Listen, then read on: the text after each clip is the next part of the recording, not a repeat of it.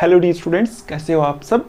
Welcome to MI chemistry classes. तो आज हम स्टार्ट करेंगे हेलो एल्केन और हेलो एरीन का लेक्चर नंबर 2।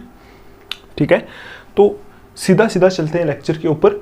इससे पहले जो मैंने पहले वाला लेक्चर डाला है वो आपको देखना चाहिए, तभी आपको ये वाला समझ में आएगा। अगर आप सीधा ये वाला देख रहे हो तो आपको समझ में नहीं आने वाला।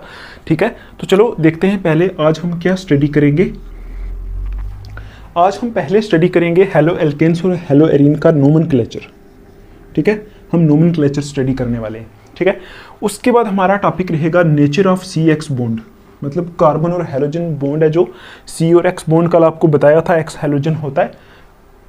इस बॉन्ड का क्या नेचर है, कहाँ प्लस है कहाँ माइनस है, ये चीज़ हम स्टडी करेंगे। उसके बाद हम देखेंगे इसकी फिजिकल प्रॉपर्टीज़। ठीक है, और कल वाली जो वीडियो आएगी उसमें हम देखेंगे मेथड्स ऑफ प्रिपरेशन और उसके बाद chemical properties and so on. ठीक, तो चलो स्टार्ट करते हैं। नोमेनक्लेचर के लिए आपको पहले 3-4 पॉइंट्स लिखने पड़ेंगे, तो वो अप्लाई करके हम बहुत सारी एग्जांपल्स सॉल्व करेंगे। तो पहले नोमेनक्लेचर के कुछ पॉइंट्स से जो हम लिख लेते हैं तो उसको समझ लेते हैं, उसके बाद हम एग्जाम्पल्स करना स्टार्ट करेंगे। तो मैं इसको साफ करता हूँ, आप 2 सेकेंड वेट करो। तो मैंने लिख लिया है नोमेनक्लेचर यहाँ। ठीक है, इसके कुछ पॉइंट्स मैंने लिख लिए हैं। तो आप एक काम करो, पहले इसको नोट कर लो आप। ठीक है, तो अगर आपको नोट नहीं करना तो पहले समझ लेते हैं इसको। ठीक है, तो आप देखो 2 किस्म के नोमेनक्लेचर का जो मतलब होता है, आपको पता है नोमेनक्लेचर होता है नाम रखना। तो 2 किस्म की नेमिंग हम देखते हैं, एक देखते हैं कॉमन नेम्स और एक देखते हैं कौन से IUPAC नेम्स। ठीक, कॉमन नेम होते हैं जो आपको पता है, जो कॉमनली यूज़ किए जाते हैं, और IUPAC नेम कौन से होते हैं जो मतलब ये international union of pure and applied chemistry के ज़रिए जो क्या दिए जाते हैं, नाम दिए जाते हैं, वो आपको पता है। ठीक, तो आप देखो यहाँ एल्काइल हैलाइड के और एराइल हैलाइड के जो है कॉमन नेम और IUPAC नेम हम डिस्कस करने वाले हैं। तो आप देखो कैसे कैसे आप करोगे। पहले देखो ये जो पहला पॉइंट लिखा हुआ है, लिखा है common names of alkyl halides are derived by naming the alkyl group followed by the name of halide. ठीक है, मतलब जो कॉमन नेम्स है एल्काइल हैलाइड के, वो आप कैसे दोगे। एल्काइल हैलाइड के जो कॉमन नेम है वो पहले आप कॉमन नेम, सिर्फ कॉमन नेम की अभी बात हो रही है, पहले आप एल्काइल ग्रुप का नाम दोगे। एल्काइल ग्रुप, एल्काइल में मिथाइल इथाइल आ सकता है। ठीक है, एल्काइल ग्रुप का नाम दोगे और बाद में दोगे आप हैलाइड। ठीक है, हैलाइड बोलोगे। जैसे इसकी एग्जांपल लें, अगर जैसे मैं बोलूँ CH3Cl है, ये क्या है, एल्काइल हैलाइड है। तो आप देखो CH3Cl है, CH3 कौन सा ग्रुप है, एल्काइल ग्रुप, और ये Cl कौन सा ग्रुप है, हैलाइड ग्रुप, मतलब हैलोजन। तो आप देखो यहाँ जो एल्काइल है इसका नाम है मिथाइल। ठीक, इसका नाम है मिथाइल, और इसका नाम है हैलाइड है ना, तो इसका नाम क्या है, क्लोराइड। तो इसका नाम क्या आ जाएगा, मिथाइल क्लोराइड। आप देखो ये इसका हो गया कौन सा, कॉमन नेम। कैसे, पहले मैंने एल्काइल ग्रुप का नाम दिया, सपोज ये वाली हमारी एग्जांपल है, पहले एल्काइल ग्रुप का नाम देना है और उसके बाद क्या करना है, हैलाइड ग्रुप का नाम दे देना है, तो हो गया मिथाइल क्लोराइड। इसी तरह अगर यहाँ मिथाइल के साथ ब्रोमीन होता तो हम लिख देते मिथाइल ब्रोमाइड। ठीक है, तो ऐसे हमने इसका कॉमन नेम देना है। अब आप देखो IUPAC सिस्टम में कैसे देंगे नेम। IUPAC सिस्टम में इसी का एल्काइल हैलाइड की बात हो रही है। एल्काइल हैलाइड कौन से होते हैं, जिनको हेलो एल्केन भी बोलते हैं। देखो ना, हेलो ये वाला पार्ट हेलो है, हेलोजन है, और ये एल्केन है, तो इन्हीं को हेलो एल्केन भी बोलते हैं। ठीक, तो आप देखो IUPAC में इसको कैसे बोलेंगे, हेलो सब्स्टिट्यूटेड हाइड्रोकार्बन। मतलब हम बोलेंगे इसको कि हेलो सब्स्टिट्यूटेड है। हेलो सब्स्टिट्यूटेड का मतलब है कि इसके ऊपर सब्स्टिट्यूएंट जो है वो कौन सा लगा हुआ है, हेलो लगा हुआ है। ठीक है, मतलब हेलोजन लगा हुआ है। तो IUPAC में क्या बोलोगे, हेलो सब्स्टिट्यूटेड हाइड्रोकार्बन। मतलब पहले किसका नाम दोगे आप, पहले हेलोजन का नाम दोगे, उसके बाद आप हाइड्रोकार्बन का नाम दोगे। जैसे मैं एग्जांपल में लिख देता हूँ एक यहाँ कि आपसे पूछ लिया जाए अगर कि आप इसका नाम लिखो CH3CH2Cl। ठीक है ना, इसका नाम लिखो। तो आपको पता है IUPAC सिस्टम में पहले हम नेमिंग करते हैं, तो आपको पता है इस तरफ ग्रुप लगा है तो हम 1 और 2 ऐसे नेमिंग करेंगे। तो आप इसका नाम क्या रखोगे, आप रखोगे 1 क्लोरो, और 1 पे क्लोरो लगा है और आगे 1 और 2 कार्बन है, ये इथेन है, तो 1 क्लोरो इथेन आ जाएगा। ठीक, ऐसे आ जाएगा 1 क्लोरो इथेन। तो ऐसे देंगे हम कौन सा, IUPAC नेम्स। ठीक है, आप देखो यहाँ इसका भी हम लिख सकते हैं IUPAC नेम। इसका नाम होगा क्लोरोमीथेन। तो आप सीधा याद रखोगे कॉमन नेम में जो हेलो एल्केन्स है उनके कॉमन नेम में हम पहले एल्काइल ग्रुप लिखते हैं और बाद में हैलाइड लिखते हैं, ठीक है। जैसे methyl halide, ethyl halide, propyl halide, ऐसे करके।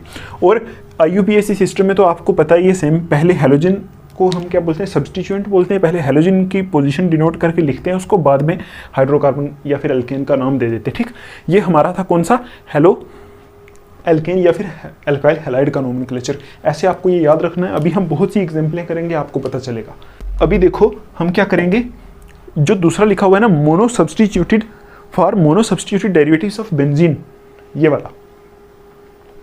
अब देखो हेलो एल्केन का तो हो गया, अब हेलो एरीन का है ना ये, तो यहाँ लिखा है for mono substituted derivatives of benzene. मतलब अगर बेंजीन जो है वो मोनो सब्स्टिट्यूटेड है, मोनो सब्स्टिट्यूटेड का मतलब हो गया उसके ऊपर एक ही हेलोजन लगा हुआ है। ये बेंजीन है, इसके ऊपर एक ही हेलोजन लगा है, तो मोनो सब्स्टिट्यूटेड हो गया। मोनो का मतलब सिंगल।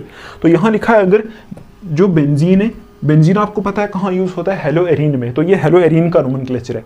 अगर बेंजीन के ऊपर एक ही लगा हुआ है, सिर्फ एक ही सब्स्टिट्यूएंट लगा है, एक क्लोरीन या फिर एक ब्रोमीन या फिर एक आयोडीन लगा हुआ है, तो उसके लिए common name and IUPAC names are same, वो सेम होंगे। कॉमन नेम और IUPAC नेम क्या होंगे, सेम होंगे, ठीक है। जैसे आप देखो कॉमन नेम और दोनों क्या होंगे, सेम। आप देखो जैसे ये बेंजीन के ऊपर मैंने लगा दिया, बेंजीन के ऊपर मैंने यहाँ लगा दिया क्लोरो, तो इसका नाम क्या हो जाएगा, क्लोरोबेंजीन, क्लोरोबेंजीन हो जाएगा, ठीक। इसका नाम हो जाएगा क्लोरोबेंजीन। इसी तरह ब्रोमोबेंजीन, आयोडोबेंजीन। अगर एक ही लगा हुआ है, सिर्फ एक ही सब्स्टिट्यूएंट है, तो कॉमन नेम भी वही होगा, IUPAC नेम भी वही होगा। तो यही इसका नाम है क्लोरोबेंजीन, इसका कॉमन नेम भी है, इसका IUPAC नेम भी है। तो आपको समझ आया होगा कि अगर बेंजीन है, मतलब ये हम बात कर रहे हैं हेलो एरीन की, तो मोनो सब्स्टिट्यूटेड है। अगर आपको पता है हेलो एरीन में बेंजीन होता है ना, तो बेंजीन अगर मोनो सब्स्टिट्यूटेड है, मोनो सब्स्टिट्यूटेड का मतलब है सिंगल लगा हुआ है, उसके ऊपर सिंगल सब्स्टिट्यूट लगा है, तो कॉमन और IUPAC नेम कैसे होंगे, एक जैसे होंगे, ठीक है। तो कैसे लिखेंगे, जैसे क्लोरीन लगा तो क्लोरोबेंजीन, यहाँ फ्लोरीन होता तो फ्लोरोबेंजीन, ब्रोमीन लगा तो ब्रोमोबेंजीन, ठीक। अच्छा, अब देखो डाई हैलोजन डेरिवेटिव के लिए कैसे देखेंगे, लिखा है फॉर डाई हैलोजन डेरिवेटिव्स। मतलब अगर बेंजीन के ऊपर दो हैलोजन लगे हुए हैं, जैसे इसकी एग्जांपल मैं यहाँ लिखता हूँ। सपोज ये सिर्फ अभी थोड़ी सी एग्जांपलें लेते हैं, बाद में अभी मैं लिख के इसको खत्म करके बहुत सारी एग्जांपलें लिखने वाला हूँ। सपोज ये बेंजीन है, इसके ऊपर एक Cl यहाँ लगा है, एक Cl यहाँ लगा है। अब देखो ये डाई सब्स्टिट्यूटेड है, मतलब यहाँ भी लगा है, यहाँ भी, तो डाई सब्स्टिट्यूटेड है ना, यहाँ वही लिखा है dihalogen derivative. Dihalogen derivative या फिर डाई सब्स्टिट्यूटेड का मतलब एक है कि दो हैलोजन अगर लगे हों बेंजीन के ऊपर, तो उस टाइम कैसे नेम देंगे। तो यहाँ लिखा है, यहाँ से आगे आप अगर पढ़ो तो बोला है prefixes ortho meta para are used in common name. यहाँ आर्थो मेटा पैरा यूज होते हैं कॉमन नेम में, आर्थो मेटा पैरा, ठीक है। ये अभी मैं आपको बताऊंगा, पोजीशंस होती हैं। आर्थो मेटा पैरा कहाँ यूज होते हैं, कॉमन सिस्टम में, और IUPAC सिस्टम में वही 1 2 1 3 जो आपको पता है वही यूज होते हैं। और यहाँ मैंने लिखा है 1 2 1 3 1 4 जो यूज होते हैं IUPAC सिस्टम में। तो कैसे याद रखोगे आप, देखो मैं आपको एक बात बताता हूँ। अगर सपोज ये बेंजीन है हमारी, ठीक, ये वाली, यहाँ ऐसे कर दो तो बेंजीन बन जाती है। आप देखो सपोज अगर यहाँ ग्रुप लगा हुआ है, इसके ऊपर ब्रोमीन, ठीक है ना, तो आप देखो एक ग्रुप यहाँ लगा हुआ है, इस ग्रुप के रिस्पेक्ट में दूसरा ग्रुप किस जगह लगा है उसको हम डिनोट करते हैं ना आर्थो मेटा पैरा पोजीशन से। आई होप आपको पता होगा। सपोज यहाँ हमारे पास एक ग्रुप लगा हुआ है, सपोज यहाँ क्लोरीन लगा है, ठीक। तो आप बोलोगे अगर ये जो ब्रोमीन है, इस ब्रोमीन के रिस्पेक्ट में फर्स्ट नंबर पे लगा हुआ है, तो इसको बोलेंगे आर्थो पोजीशन, आर्थो, और इसको O से रिप्रेजेंट करते हैं, ठीक। और देखो अगर इससे इस तरफ लगा हुआ है यहाँ, तो ये जो ग्रुप है इसके रिस्पेक्ट में अगर यहाँ लगा हुआ है, तो इसके रिस्पेक्ट में ये पोजीशन भी कौन सी है, आर्थो, आर्थो पोजीशन, ठीक है। 1 पोजीशन मतलब 1 नंबर वाली जो पोजीशन होती है उसको आर्थो पोजीशन बोलते हैं। सेकंड नंबर वाली जो पोजीशन होती है, अगर यहाँ ग्रुप लगा हुआ है तो इसको बोलते हैं मेटा पोजीशन, मेटा, इसको M से रिप्रेजेंट करते हैं। इधर से भी इस ग्रुप के रिस्पेक्ट में देख रहे हैं, Br के रिस्पेक्ट में, Br के रिस्पेक्ट में अगर फर्स्ट पे क्लोरीन लगा हुआ है तो इसको बोलेंगे आर्थो पोजीशन। इसी के रिस्पेक्ट में अगर सेकंड पे लगा हुआ तो मेटा पोजीशन। अब देखो इधर से भी तो इसी के रिस्पेक्ट में 1 2 इस पे लगा गया, तो इसको भी क्या बोलेंगे, मेटा, ठीक। मेटा तो M से मेटा को रिप्रेजेंट करते हैं। और इसी के रिस्पेक्ट में अगर किस पे लगा है, थर्ड नंबर पे, मतलब इसके डायरेक्ट अपोजिट, देखो 1 2 3 यहाँ लगा हुआ है ग्रुप, तो इसको बोलेंगे पैरा, पैरा पोजीशन, ठीक, P से रिप्रेजेंट करते हैं, ठीक है। तो वही लिखा है कि कॉमन नेम में अगर डाई हैलोजन डेरिवेटिव है। डाई हैलोजन आपको पता चल गया, दो हैलोजन अगर बेंजीन के ऊपर लगे हुए हैं तो कॉमन नेम में हम आर्थो मेटा पैरा यूज करते हैं। मतलब अगर यहाँ होगा ग्रुप इस पोजीशन पे होगा तो आर्थो, लेकिन डिपेंड करता है कि ये ग्रुप किस जगह लगा है, दूसरे के रिस्पेक्ट में देख सकते हैं। अगर हम ये ग्रुप साफ कर दें यहाँ से, ये ग्रुप हो ही ना, तो हमें पता ही नहीं चलेगा आर्थो कौन सा है, मेटा कौन सा है, पैरा कौन सा है, कुछ पता नहीं चलने वाला।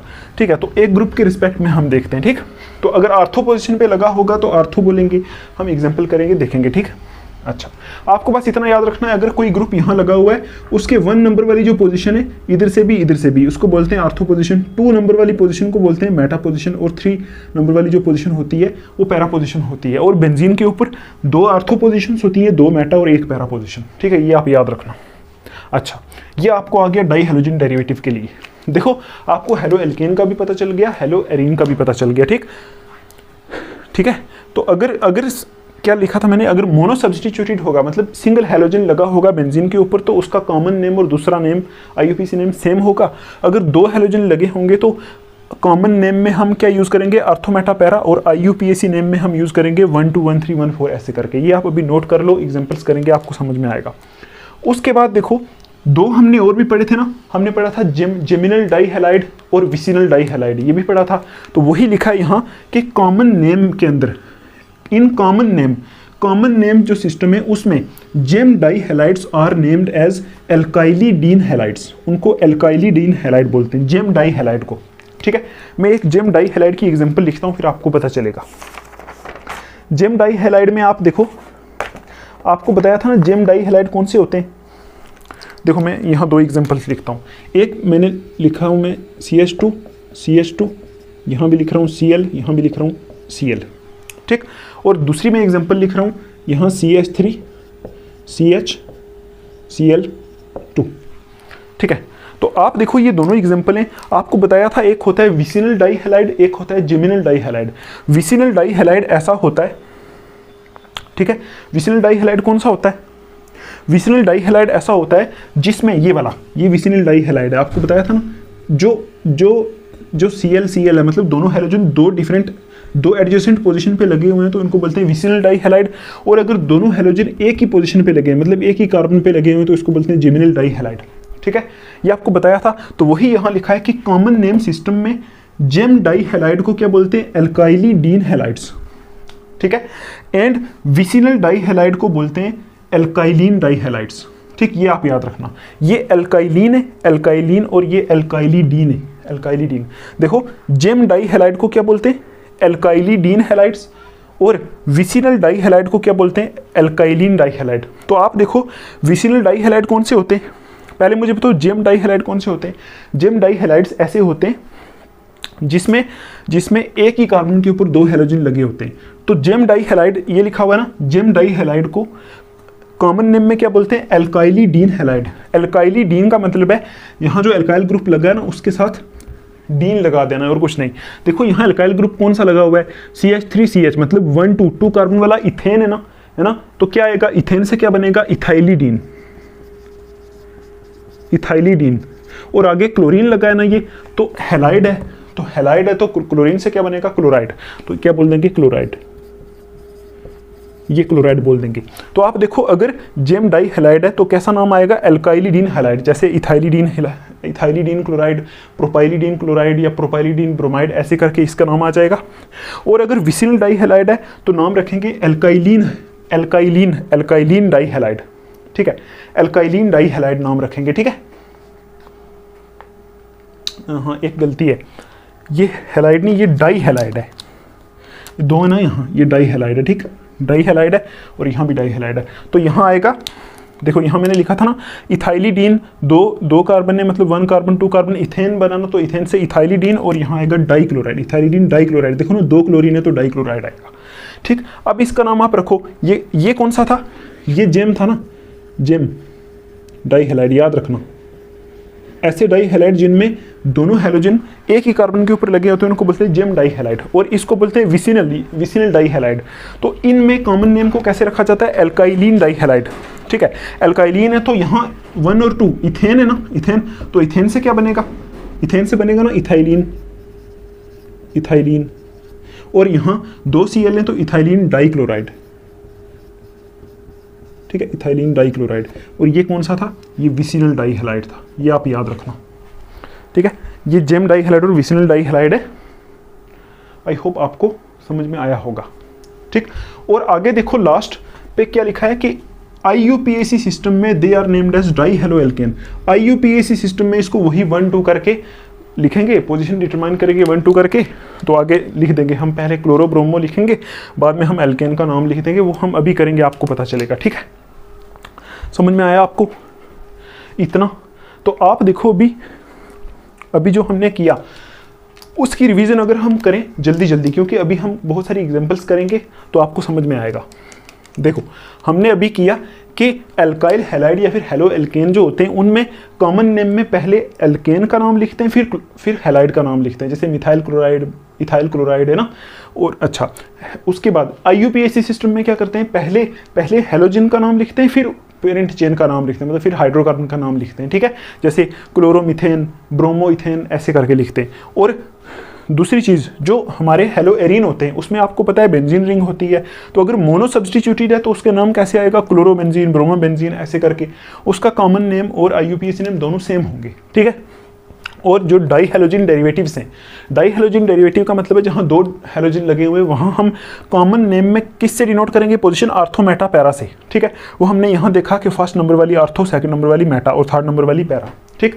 अच्छा, और अगर हमारा IUPAC सिस्टम है तो उसमें हम 1 2 1 3 1 4 से करेंगे, ठीक है। अच्छा, उसके बाद हमने देखा कि जेम डाइहैलाइड और विसिनल डाइहैलाइड जो है, जेम डाइहैलाइड जहाँ होगा, जेम डाइहैलाइड वहाँ हम एल्काइलिडीन डाइहैलाइड लिखेंगे, मतलब जैसे इथाइलिडीन, प्रोपाइलिडीन ऐसे करके। और विसिनल डाइहैलाइड में हम कैसे लिखेंगे, एल्काइलिन डाइहैलाइड, जैसे इथाइलिन डाइहैलाइड, प्रोपाइलिन डाइहैलाइड ऐसे करके हम लिख देंगे, ठीक है। ये हमारा नोमेनक्लेचर के कुछ बेसिक पॉइंट थे जो आपको याद रखने हैं। अभी चलो इसको मैं साफ करता हूँ, अभी बहुत सारी एग्जाम्पलें मैं यहाँ लिख रहा हूँ, तो फिर आपको मैं समझाता हूँ। इससे पहले आपको देखो कुछ मॉलिक्यूल जो उनके नाम याद रखने पड़ेंगे, मैं इसको साफ करके वो मॉलिक्यूल ड्रा करके आपको दिखाता हूँ पहले कौन से हैं। सपोज एक ऐसा हमारा ग्रुप है CH3 CH2 CH2, है ना।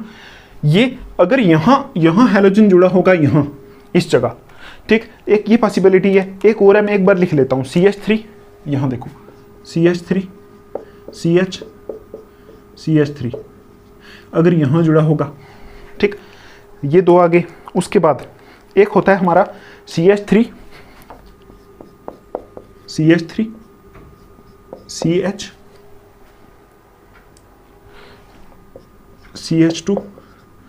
यहाँ CH3 और यहाँ इस साइड से कोई ग्रुप जुड़ा हुआ है। एक मिनट, इसको मैं थोड़ा सा साफ कर लेता हूँ। यहाँ अभी मैं आपको इनके नाम बताऊंगा, ये आगे यूज होने वाले हैं, ठीक है। CH3 CH2, ठीक, CH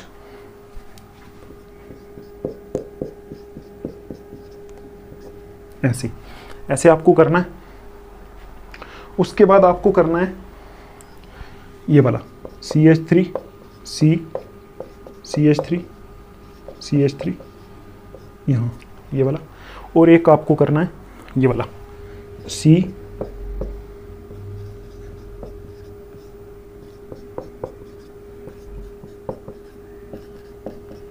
ठीक, ये वाला। अब आप देखो, ये हमारा नंबर 1 है, ये नंबर 2 है, ये नंबर 3 है, ये नंबर 4 है, ये नंबर 5 है, ये नंबर 6 है, ठीक। एक और मैं लिख देता हूँ यहाँ, ये वाला CH3, ये आपको पता है CH3 कौन सा होता है, और एक होता है C2H5। जो C2H5 होता है ना, इसी को हम ऐसे भी लिखते हैं CH3 CH2, ये, ठीक। तो ये आ गया VI, और ये आ गया VII, और ये आ गया कौन सा VIII। इनके नाम आपको आने चाहिए, मतलब जैसे इनके ऐसे नेम्स होते हैं ना, जैसे देखो ये कौन सा है 1 2 3 प्रोपेन से निकला है ना, तो इसका नाम है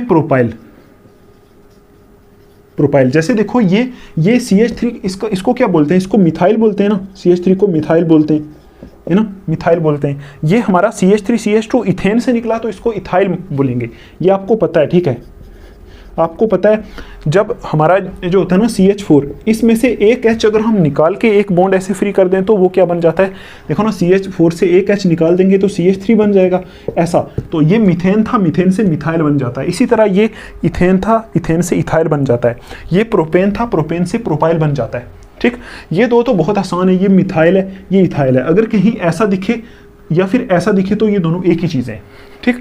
अब देखो ये जो होता है ना, ये भी 1 2 3 कार्बन है और 3 कार्बन वाला है, ये भी 1 2 3 कार्बन वाला है। अब देखो इन दोनों में डिफरेंस क्या है, यहाँ जो ग्रुप जुड़ेगा वो यहाँ जुड़ेगा, इस यहाँ से जुड़ेगा। X का मतलब यहाँ हैलोजन है, ठीक है। तो यहाँ जो ग्रुप जुड़ेगा वो यहाँ से जुड़ेगा। अब इन दोनों में फर्क क्या है, दोनों तो प्रोपाइल है, ठीक, दोनों प्रोपाइल है। तो आपको याद रखना है इनके नाम।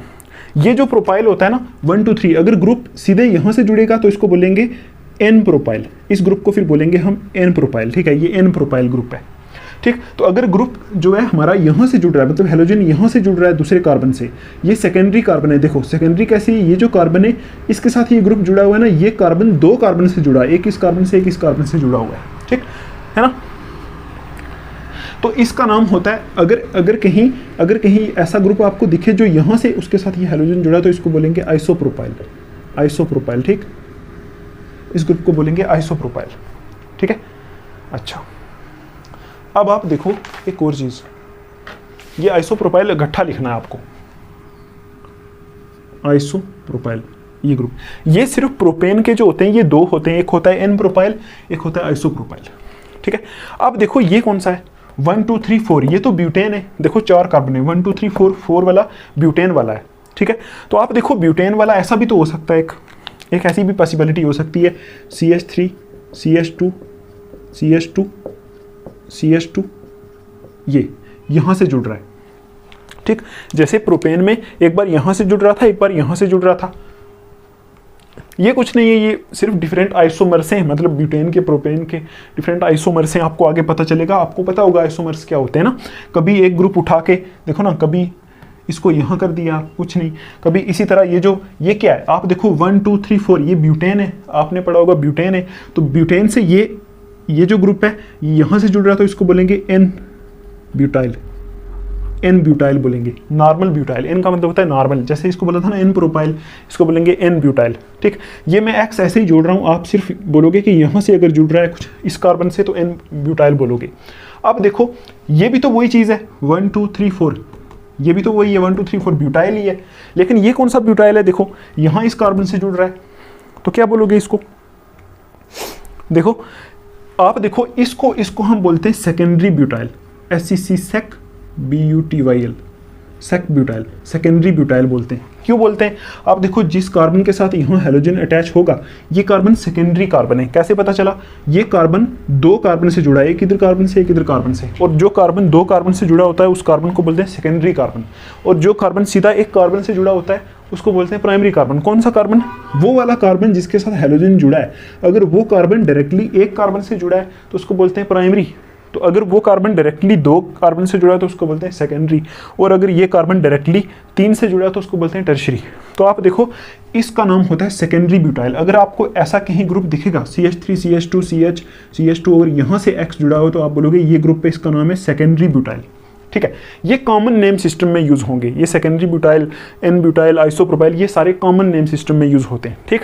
इसका नाम देखो 1 2 3 4, ये भी 4 कार्बन है, ब्यूटाइल है, ब्यूटाइल है, उसी का आइसोमर है एक, तो इसको बोलते हैं आइसोब्यूटाइल, आइसोब्यूटाइल, आइसोब्यूटाइल ग्रुप, ठीक।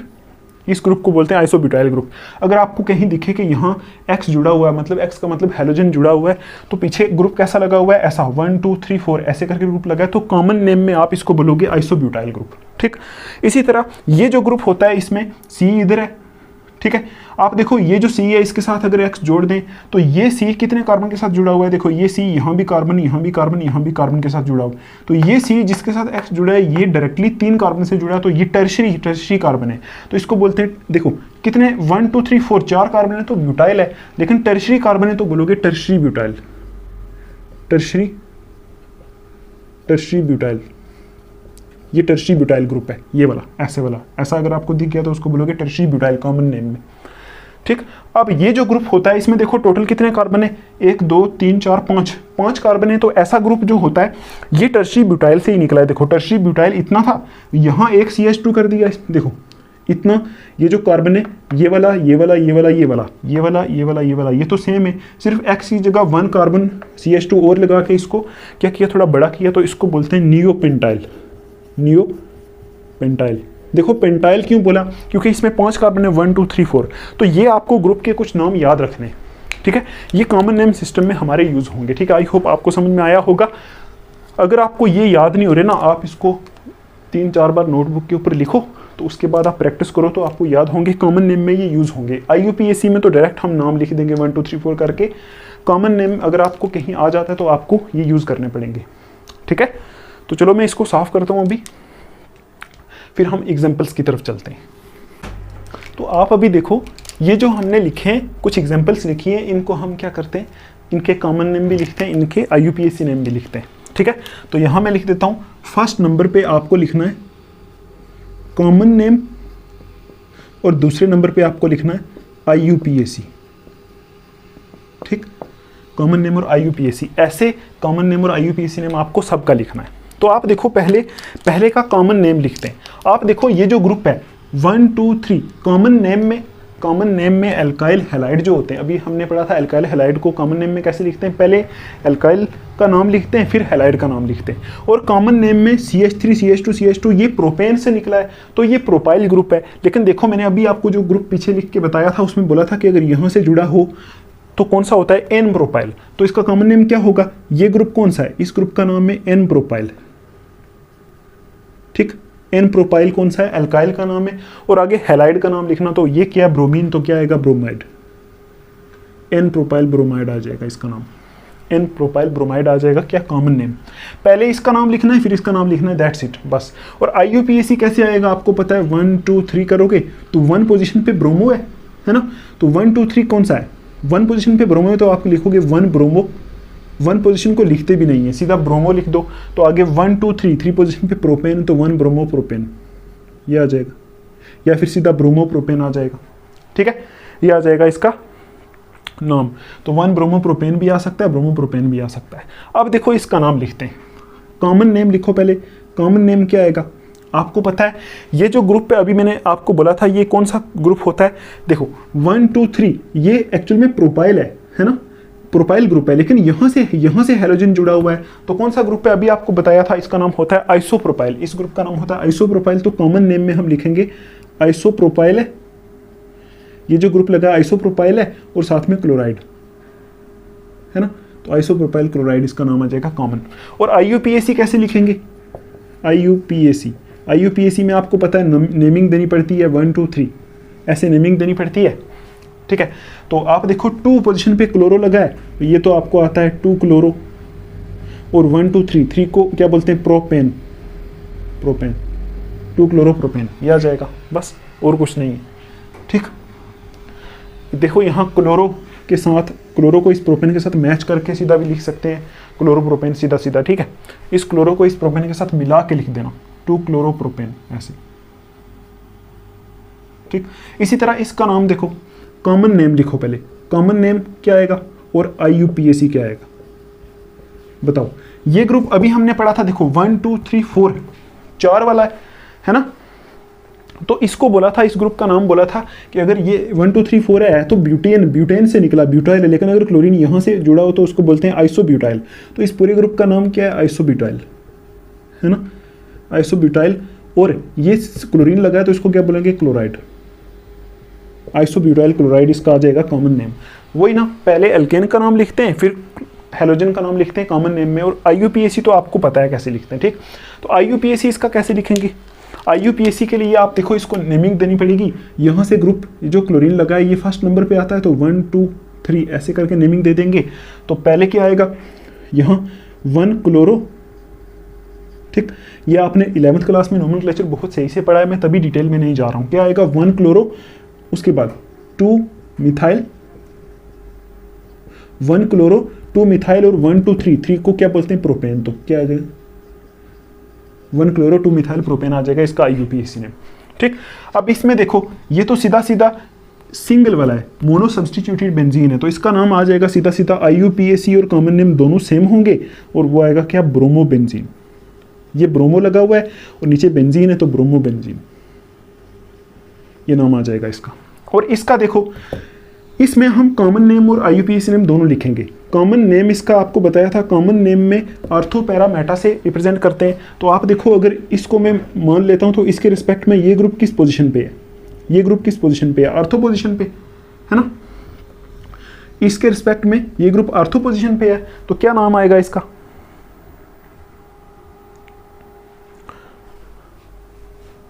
है ना। इसके रिस्पेक्ट में ये ग्रुप आर्थो पोजीशन पे, तो आप लिखो आर्थो, ठीक है। उसके बाद दो ब्रोमीन लगे हुए, दो ब्रोमीन, तो क्या लिखोगे, डाई ब्रोमो, डाई ब्रोमो, और क्या है, बेंजीन, ऐसे नाम आएगा।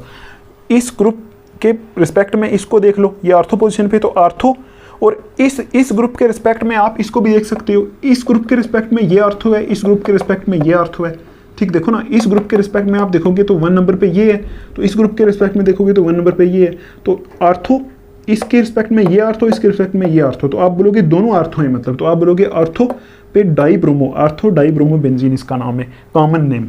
और IUPAC में कैसे लिखेंगे, आपको पता है IUPAC में हम नेमिंग देते हैं, तो नेमिंग दे दो, इस नंबरिंग देते हैं, तो 1 2 3, कुछ मैं गलत बोल दूं तो आप ध्यान रख लेना, ठीक है, क्योंकि कभी कभी हो जाता है। देखो, अब देखो IUPAC में क्या लिखोगे, 1 2, उसके बाद डाई ब्रोमो, 1 2 डाई ब्रोमो और बेंजीन, ये आ जाएगा नाम इसका। अब इसका नाम आप खुद बताओ। देखो, कॉमन नेम में कैसे लिखेंगे, कॉमन नेम में इसका नाम आएगा, देखो ये इस ग्रुप के रिस्पेक्ट में देखो 1 2, ये मेटा पोजीशन है, ये मेटा पोजीशन है ना, तो आप बोलोगे कॉमन नेम में आएगा मेटा, ठीक है।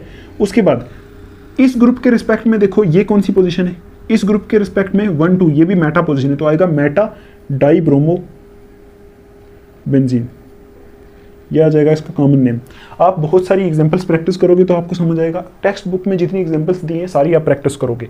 और ये आ गया कॉमन नेम। IUPAC कैसे लिखोगे, IUPAC में लिखोगे आप नंबरिंग दो, 1 2 3 4 5 6, तो आप बोलोगे 1 3 डाई ब्रोमो बेंजीन, ये इसका आ जाएगा कौन सा, IUPAC नेम, ठीक। और वो जो लिखा है ये देखो, इसको आप थोड़ा सा ऐसे लिख दो, पहले CH3 ये वाला, CH2 ये वाला, ये वाला, यहाँ CH है तो यहाँ CH लिख दो। ये जो ब्रैकेट में लिखा होता है इसका मतलब होता है इस CH के साथ ये Cl जुड़ा है, तो CH के साथ Cl जुड़ा है तो CH के साथ Cl को यहाँ लगा दो बाहर, और आगे CH3 लगा दो, यही है ना। इसको खोल के लिख दिया ऐसे। अब बताओ इसका कॉमन नेम क्या होगा, ये कौन सा ग्रुप है, 1 2 3 4 वाला कौन सा, ब्यूटाइल। और ये मैंने अभी आपको बताया था कॉमन नेम में इस ग्रुप को बोलते हैं सेकेंडरी ब्यूटाइल, तो आप लिखोगे सेक ब्यूटाइल, सेकेंडरी ब्यूटाइल। और ये क्लोरीन है तो इसको बोलोगे क्लोराइड, सेक ब्यूटाइल क्लोराइड, ये आ जाएगा इसका कॉमन नेम। और इसका IUPAC क्या आएगा, IUPAC नेम ये आएगा, देखो इसको नंबरिंग दो, 1 2 3 नंबरिंग देना आपको आई होप आता होगा, ठीक है, मैं तभी नहीं बता रहा हूँ क्योंकि 11th क्लास में डिटेल में नोमेनक्लेचर पढ़ाया था आपको। IUPAC में आएगा देखो 2 क्लोरो, आगे क्या है 1 2 3 4 वाले को क्या बोलते हैं, ब्यूटेन, तो 2 क्लोरो ब्यूटेन इसका IUPAC नेम आ जाएगा, ठीक। इसको देखो, अब इसको चेक करो, आप देखो एक चीज आप याद रखना, अगर बेंजीन के ऊपर CH3 लगा होता है ना, CH3, तो इसको बोलते हैं, इस कंपाउंड का कॉमन नेम होता है टोलिन, ठीक है, ये आप याद रखना, बेंजीन के ऊपर CH3 लगा तो इसको बोलते हैं टोलिन। अब आप देखो इसका कॉमन नेम क्या आएगा, इसके रिस्पेक्ट में ये आर्थो पोजीशन पे है, देखो इसके रिस्पेक्ट में ये 1 नंबर है तो इसको बोलेंगे आर्थो पोजीशन है, तो देखो ना, सिर्फ इसके रिस्पेक्ट में देखना, इसके रिस्पेक्ट में ये आर्थो है तो इसके रिस्पेक्ट में ये भी आर्थो पोजीशन है, इसके रिस्पेक्ट में आर्थो के बाद दूसरा कौन सा आता है, मेटा, और इधर से भी 1 और 2 पोजीशन पे आता है मेटा। इस ग्रुप के डायरेक्ट अपोजिट जो होता है उसको पैरा पोजीशन बोलते हैं। आप देखो आर्थो पे क्लोरीन लगा है तो आप बोलोगे आर्थो क्लोरो, और आर्थो पे क्लोरो लगा है तो वो हमारा खत्म हो गया, हमने लिख दिया। बाकी क्या बचा, बेंजीन रिंग के ऊपर CH3 लगा हुआ है, तो बेंजीन रिंग के ऊपर CH3 लगा है, इसको बोलते हैं टॉलिन। तो क्या लिखोगे, ऑर्थोक्लोरोटॉलिन, ये आ जाएगा इसका कॉमन नेम। और IUPAC कैसे लिखोगे, IUPAC आपको पता है नंबरिंग देनी पड़ती है, तो नंबरिंग कहाँ से देंगे, यहाँ से 1 2 3 4 5 6। देखो यहाँ से दी, यहाँ से क्यों नहीं दी, क्योंकि देखो ये दोनों ग्रुप में ये अल्फ़ाबेटिकल ऑर्डर में नंबरिंग देनी पड़ती है। पहले C आता है तो उसके बाद M आता है, ये मिथाइल ग्रुप है, ये क्लोराइड ग्रुप है ना। तो पहले Cl आता है, C आता है, फिर M आता है, तो तभी मैंने यहाँ से नंबरिंग दी 1 2 3 4, ये आपको पता होगा। अब देखो क्या नाम आएगा, 1 क्लोरो 2 मिथाइल, ठीक, 1 क्लोरो 2 मिथाइल, और आगे क्या आ जाएगा, बेंजीन। बस ये इसका IUPAC नेम है। अब देखो ये कुछ कंपाउंड्स हैं, इनके नाम बोलो। CHCl3, इसका कॉमन नेम होता है सीधा सीधा क्लोरोफॉर्म, कॉमन नेम होता है क्लोरोफॉर्म। इसका कॉमन नेम होता है, देखो इसका कॉमन नेम है ना, यहाँ कॉमन नेम होता है इसका क्लोरोफॉर्म। और IUPAC क्या होगा, आप देखो ये तो मीथेन है, एक कार्बन है तो मीथेन, तो 3 क्लोरो लगे हैं, तो क्या लिखोगे, ट्राइक्लोरो मीथेन, ये होगा इसका कौन सा, IUPAC। इसका कॉमन नेम होता है कार्बन टेट्राक्लोराइड,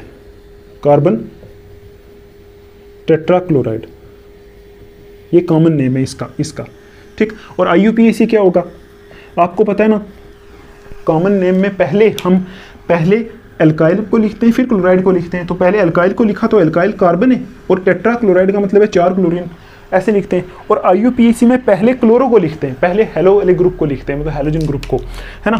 तो तभी IUPAC में पहले आएगा, देखो टेट्रा क्लोरो, टेट्रा का मतलब 4, टेट्रा क्लोरो, टेट्रा का मतलब हो गया 4 क्लोरो, और एक कार्बन वाले को क्या बोलते हैं, मीथेन, तो टेट्रा क्लोरो मीथेन नाम आ जाएगा इसका, ठीक। यह आ जाएगा इसका क्या, IUPAC। तो आप इसका नाम बता दो बस, ये जो लास्ट लिखा है इसका नाम आप बताओ। इसका नाम कॉमन नेम क्या होगा, कॉमन नेम आपको पता है ये कौन सा ग्रुप है, ये तो N प्रोपाइल ग्रुप है, अभी बताया था N प्रोपाइल। और ये कौन सा लगा है, F फ्लोराइड, तो N प्रोपाइल फ्लोराइड, यह आ जाएगा इसका कॉमन नेम। और IUPAC नेम के लिए 1 2 3 नंबरिंग दोगे तो 1 फ्लोरो आ जाएगा, 1 फ्लोरो, ठीक है, 1 फ्लोरो। और 1 2 3 वाले को क्या बोलते हैं, प्रोपेन। ये आ जाएगा हमारे कौन से, कॉमन और IUPAC नेम।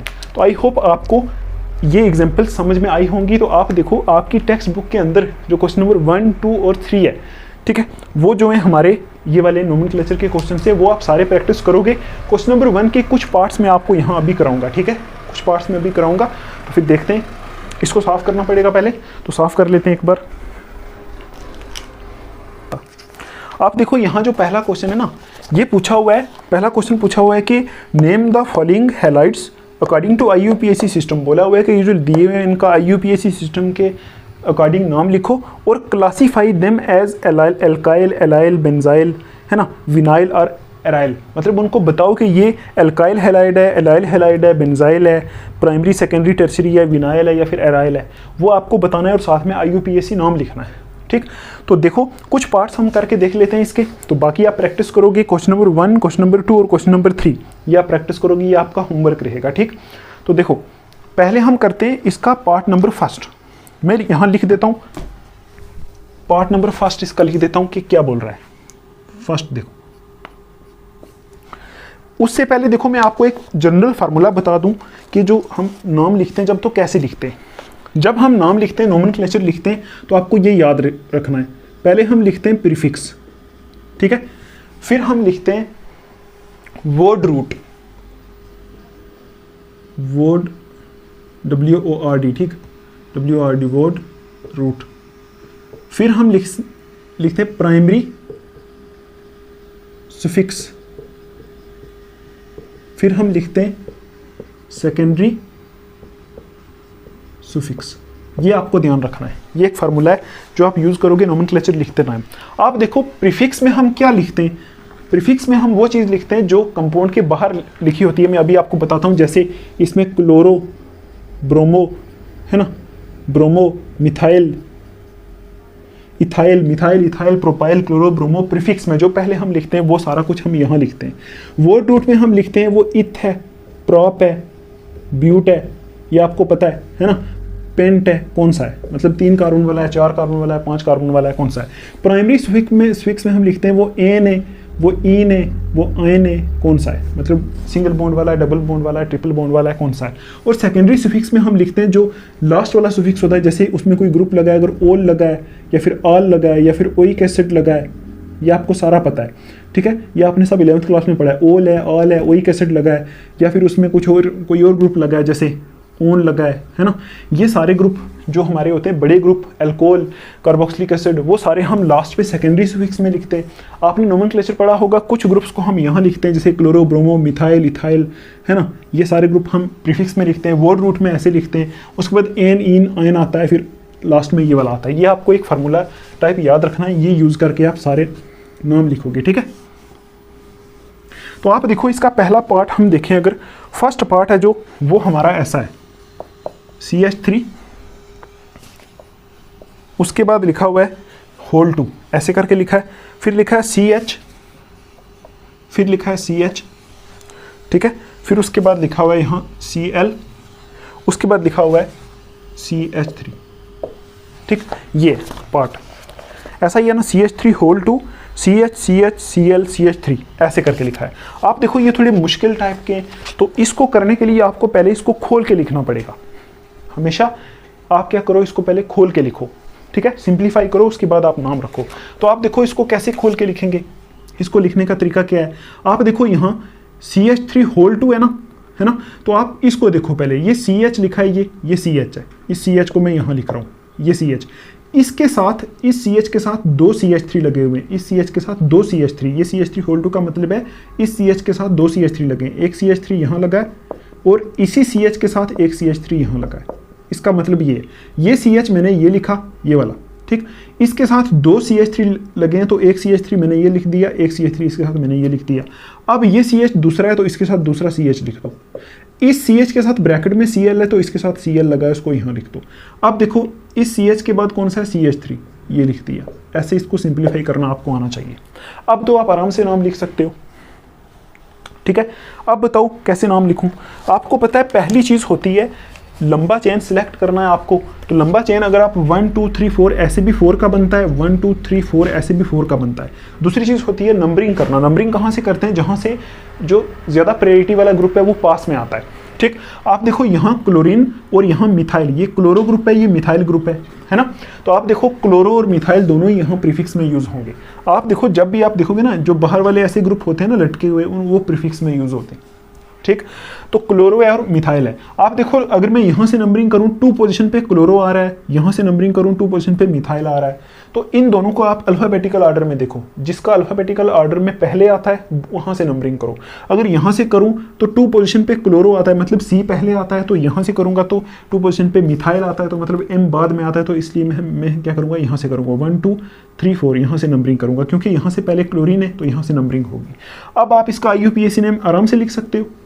देखो 1 2 3 4 है तो क्या आएगा, 2 क्लोरो, 2 पोजीशन पे क्लोरो है, 3 पोजीशन पे क्या है, 3 पोजीशन पे मिथाइल है, ठीक है। 2 क्लोरो 3 मिथाइल और 1 2 3 4 4 कार्बन का चेन है, इसको क्या बोलते हैं, ब्यूट, है ना। और देखो इसको, इस फार्मूले को यूज करते हैं। ये जो बाहर लटके हुए हैं ये प्रीफिक्स हैं, तो उनको सबसे पहले लिखो, क्लोरो ब्रोमो मिथाइल, यहाँ लिख दिया हमने प्रीफिक्स कौन कौन से, 2 क्लोरो और 3 मिथाइल, इतना। उसके बाद वर्ड रूट आता है, वर्ड रूट में आते हैं कितने कार्बन है, तो कितने कार्बन है, 1 2 3 4 4 कार्बन है, तो ब्यूट लिखते हैं। उसके बाद प्राइमरी सुफिक्स आता है, प्राइमरी सुफिक्स मतलब एन है, ईन है या आयन है। आप देखो यहाँ कोई डबल बॉन्ड नहीं है, कोई ट्रिपल बॉन्ड नहीं है, तो एन है, तो सीधा लिखोगे ब्यूटेन। और कुछ है ही नहीं यहाँ, ओल आल ओइक एसिड कुछ नहीं है, तो वो तो लिखोगे ही नहीं, तो ऐसे आएगा इसका नाम 2 क्लोरो 3 मिथाइल ब्यूटेन, ठीक है।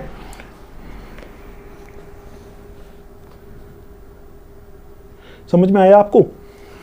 अब आप देखो इस क्वेश्चन में आपको ये भी लिखा था ना कि इसको बताओ ये अल्काइल हैलाइड है, प्राइमरी है, सेकेंडरी है, टर्शरी है। तो आप देखो यहाँ ये कौन सा है, देखो जिस कार्बन के ऊपर ये क्लोरीन लगा हुआ है, ये कार्बन डायरेक्टली कितने कार्बन से जुड़ा है, जिस कार्बन के ऊपर ये क्लोरीन लगा हुआ है ये कार्बन डायरेक्टली 1 और 2 कार्बन से जुड़ा है, ठीक। है तो ये एल्काइल हैलाइड, मतलब है तो ये हेलो एल्केन है ना, ये हेलो एरीन तो नहीं है, हेलो एल्केन है, लेकिन ये कार्बन डायरेक्टली 2 कार्बन से जुड़ा है, तो ऐसे को बोलते हैं सेकेंडरी 2 डिग्री। तो आप लिखोगे ये कौन सा है, ये 2 डिग्री एल्काइल हैलाइड है, ये आप याद रखना, 2 डिग्री एल्काइल हैलाइड है ये, ठीक। मतलब वो ये ना क्लासीफाई करना था, एल्काइल हैलाइड है 2 डिग्री या 3 डिग्री है, मतलब सेकेंडरी एल्काइल हैलाइड है ये वाला कंपाउंड, ठीक है।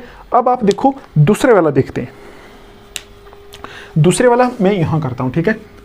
इसकी दूसरी एग्जांपल, ये जो क्वेश्चन है इसकी दूसरी एग्जांपल, तो आप देखो यहां दूसरी एग्जांपल में दिया हुआ है CH3 ऐसा लिखा हुआ है, CH3 CH2, उसके बाद लिखा हुआ है CH, फिर उसके साथ ब्रैकेट में लिखा हुआ है CH3, ठीक है, फिर उसके साथ लिखा हुआ है CH, फिर उसके बाद लिखा हुआ है C2H5 और साथ में लिखा हुआ है Cl। तो इसको आपको कैसे सॉल्व करना है, देखो पहले क्या करोगे, इसको सिंप्लीफिकेशन वाले मेथड में इसको दूसरी में कन्वर्ट कर दो। इस CH3 को मैं यहां लिख रहा हूं CH3, इस CH2 को मैं यहां लिख रहा हूं CH2, ये CH है, इसको लिख दो CH, CH के साथ ब्रैकेट में CH3 लगा हुआ है, तो CH के साथ ब्रैकेट में CH3 का मतलब है इस CH के साथ ऐसे एक CH3 जुड़ा हुआ है, ये मतलब है इसका, ठीक। ब्रैकेट में जहां भी होगा उसका मतलब है कि इसके साथ ये जुड़ा हुआ है। अब देखो इस CH के साथ ब्रैकेट में ये CH3 था, तो इस CH के साथ मैंने यहाँ CH3 लगा दिया, इसके बाद CH3 हो गया ना, अब CH है तो इसके साथ CH है, इस CH के साथ यहाँ ब्रैकेट में C2H5 है, इसका मतलब यहाँ क्या जुड़ा है, C2H5 जुड़ा हुआ है, ठीक। और इसी CH के साथ आगे क्या जुड़ा हुआ है, क्लोरीन जुड़ा हुआ है, देखो ना, यही मतलब है ना, CH के साथ C2H5 जुड़ा था तो उसको मैंने यहाँ निकाल के लिख दिया, इसी के साथ यहाँ ये जुड़ा था, है ना। तो आप देखो इसको और सिंप्लीफाई कर सकते हैं, आपको पता है C2H5 जो होता है उसको हम ये भी लिख सकते हैं, C2H5 को CH2 CH3 भी लिख सकते हैं, ऐसे भी लिख सकते हैं, ये भी हमने पढ़ा था ना, मैंने आपको बताया था ना कि C2H5 इथाइल ग्रुप होता है, उसको CH3 CH2 भी लिखते हैं, वही हो गया C2 और H 3 और 2 5। अब देखो इसकी सिंप्लीफिकेशन करके ये ऐसा आया, तो अब आप देखो कहाँ से नंबरिंग करोगे, पहले क्या करना पड़ता है, लंबा चेन सेलेक्ट करना पड़ता है। आप देखो अगर मैं यहाँ से इधर जाऊँ 1 2 3 4, यहाँ बॉन्ड्स लगा लो आप ऐसे 1 2 3 4, यहाँ ऐसे 4 पे आता है। अगर मैं और लंबा सेलेक्ट करूँ 1 2 3 4 5 6, तो ये कार्बन चेन आ जाएगा, ये वाला सेलेक्ट करोगे आप लंबा, ठीक। दूसरे स्टेप में क्या करते हैं, नंबरिंग करते हैं। तो आप देखो अगर मैं यहाँ से नंबरिंग करूँ 1 2 3 पोजीशन पे मिथाइल आ रहा है, अगर मैं यहाँ से नंबरिंग करूँ 1 2 3 पोजीशन पे क्लोराइड आ रहा है, तो पहले मैं क्या करूँगा, अल्फ़ाबेटिकल ऑर्डर से चलूँगा। तो क्लोरीन पहले आता है, ABC में क्लोरीन पहले आता है, तो ये आपको पता है, ये सब कुछ आपने पढ़ा है, मैं तभी डिटेल में नहीं जा रहा हूँ, ठीक है, नोमेनक्लेचर आपने पढ़ा हुआ है। तो इसका मतलब मैं नंबरिंग कहाँ से करूँगा, मैं नंबरिंग करूँगा यहाँ से, क्योंकि क्लोरीन पहले आता है, तो 1 2 3 4 5 6। अब आप इसका नाम रख सकते हो आराम से। देखो 3 पोजीशन पे क्या लगा हुआ है, क्लोरो, तो क्या लिखोगे 3 क्लोरो, ठीक है, 3 क्लोरो। उसके बाद 4 पोजीशन पे देखो क्या है, मिथाइल, तो क्या लिखोगे 4 मिथाइल। मतलब पहले हमने क्या लिख लिए, ये जो लटकी हुई चीज़ें हैं ना, ये लिख लिए हमने, प्रीफिक्स में लिख लिए ये वाले, क्लोरो ब्रोमो मिथेन, ये लिख लिया 3 क्लोरो 4 मिथाइल। अब देखो अब जो कार्बन चेन है उसको बोलते हैं वोड रूट, तो वो कितने का है, 6 कार्बन का चेन है, उसको बोलते हैं हेक्स। देखो कोई डबल बॉन्ड है, हेक्स तो हमने यहाँ ऐड कर दिया, प्राइमरी सुफिक्स में एन इन आइन ऐड करना है, कोई डबल बॉन्ड नहीं है, कोई ट्रिपल बॉन्ड नहीं है, सिंगल बॉन्ड है, तो क्या करेंगे हेक्सेन, तो ये आ जाएगा इसका नाम 3 क्लोरो 4 मिथाइल हेक्सेन, ठीक है। और आप अभी क्लासीफाई करोगे कि ये कौन सा है, ठीक है, कौन सा है ये, अभी जैसे हमने पहले को क्लासीफाई किया था ना, इसको भी क्लासीफाई करना है कि कौन सा है। तो आप देखो यहाँ जिस कार्बन के साथ है तो ये हेलो एल्केन ही है, हेलो एल्केन है, ठीक है, कोई हेलो एरीन नहीं है, हेलो एल्केन है। तो जिस कार्बन के साथ क्या जुड़ा हुआ है, क्लोरीन जुड़ा हुआ है, वो कार्बन डायरेक्टली कितने कार्बन से जुड़ा है, देखो इस कार्बन के साथ क्लोरीन जुड़ा है, तो ये कार्बन डायरेक्टली 1 और 2 कार्बन से जुड़ा है। तो वो कार्बन जिसके साथ हेलोजन मतलब ग्रुप अटैच है, अगर वो 2 कार्बन से जुड़ा है तो उसको बोलते हैं सेकेंडरी। तो आप बोलोगे ये भी क्या है, 2 डिग्री हेलो एल्केन है, या फिर हेलो एल्केन को एल्काइल हैलाइड भी बोलते हैं, एल्काइल हैलाइड। तो ये हमारी हो गई 2 एग्जांपल सॉल्व, ठीक है। आई होप आपको ये समझ में आया होगा। तो देखो एक और मैं करा देता हूँ आपको, बाकी आप प्रैक्टिस करोगे, ठीक है, प्रैक्टिस करोगे, क्योंकि मैं इतनी नहीं करा पाऊंगा ना, प्रैक्टिस करोगे, कोई प्रॉब्लम अगर आपको आएगी तो मैं फिर करके दूंगा आपको, ठीक है। आप देखो एक और देख लेते हैं इसकी,